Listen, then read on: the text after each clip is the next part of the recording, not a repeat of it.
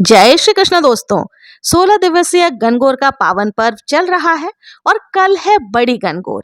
कल के दिन सभी लोग पूजन जरूर से करेंगे। तो आइए जान लेते हैं गणगौर के पूजन में कौन कौन सी पूजन सामग्री लगती है।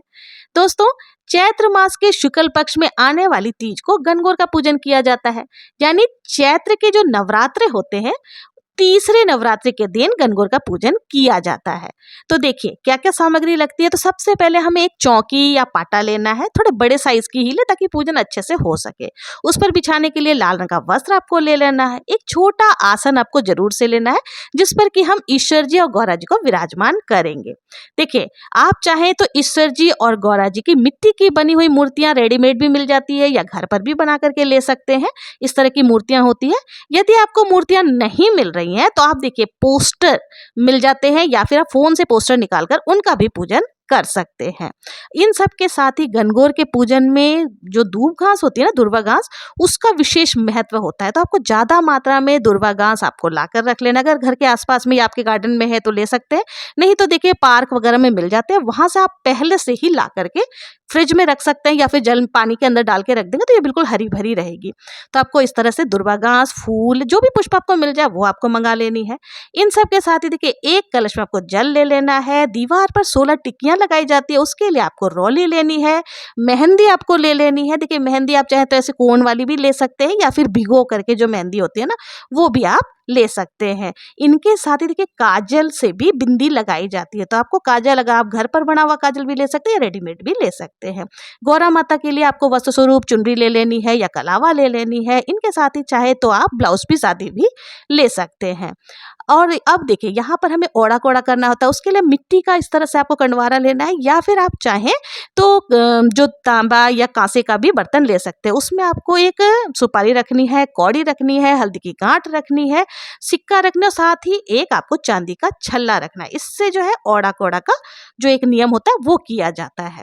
तो ये सारी सामग्री हो गई। इनके साथ ही देखिए अगर आपके यहाँ दूध से छांटा दिए जाते हैं तो आपको दूध भी जरूर से रख लेनी है। हाँ, लेकिन दूध कच्चा होना चाहिए, उबला हुआ दूध आप ना लें। तो दूध से भी कई स्थानों पर छांटा दिए जाते हैं। तो अगर आपके यहाँ भी दूध का प्रयोग होता है तो दूध भी आपको रख लेनी है। इनके साथ ही देखिए गणगौर का पर्व जो है ना, गूने के लिए भी बहुत ज्यादा फेमस है, क्योंकि गणगौर का ऐसा पर्व है जिसमें कि गूने और घेवर जरूर से मिलते हैं। और देखिए गूने क्या होता है, तो ये एक मैदे की मिठाई होती है।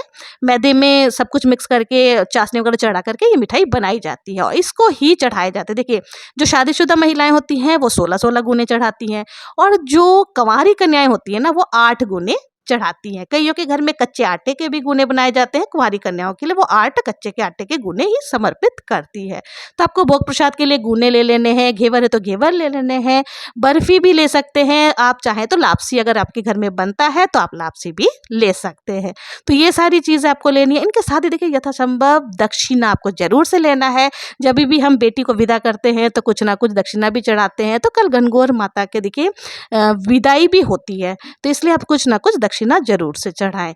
तो ये सारी चीजें आपको जरूर से लेकर के जानी है। अगर आप अपने घर पे पूजन कर रहे हैं तो ये सारी चीजें आपको जरूर से रखनी है। और अगर किसी के घर पे 16 दिन की गणगौर बिठाई गई है तो उनके यहाँ जाकर के पूजन करें तो बहुत ही अच्छा है। नहीं तो आप घर में पूजन करने के लिए इतनी ही सामग्री बहुत है, मतलब इतना सामग्री तो आपको चाहिए ही होगा। और देखिए सामग्री को आप अपने हिसाब से बढ़ा भी सकते हैं, कम भी कर सकते हैं। आई होप आप लोगों को समझ में आ गया होगा कि गणगौर के पूजन में कौन कौन सी पूजन सामग्री लगती है। तो बहुत ही अच्छे तरीके से आप लोग भी गणगौर के सारी सामग्री को पहले से मंगा करके रख ले ताकि आपको हड़बड़ाहट ना हो। क्योंकि देखिए ये जो पूजन होते हैं सुबह सुबह ही होती है, थोड़ा जल्दी ही होती है, उस पर नवरात्रा भी चल रहे हैं तो दोनों पूजन करना होता है, इसलिए आप पहले से सामग्री मंगा लें कि पूजन में किसी भी प्रकार की हड़बड़ाहट ना हो, आप बहुत ही तसल्ली से पूजन कर सके। आशा है आप लोगों को वीडियो पसंद आई होगी। अगर वीडियो पसंद आई हो तो प्लीज मेरे चैनल को लाइक, शेयर, सब्सक्राइब करना ना भूलें। मिलते हैं नेक्स्ट वीडियो में किसी और पूजा विधि के साथ। तब तक के लिए जय श्री कृष्ण।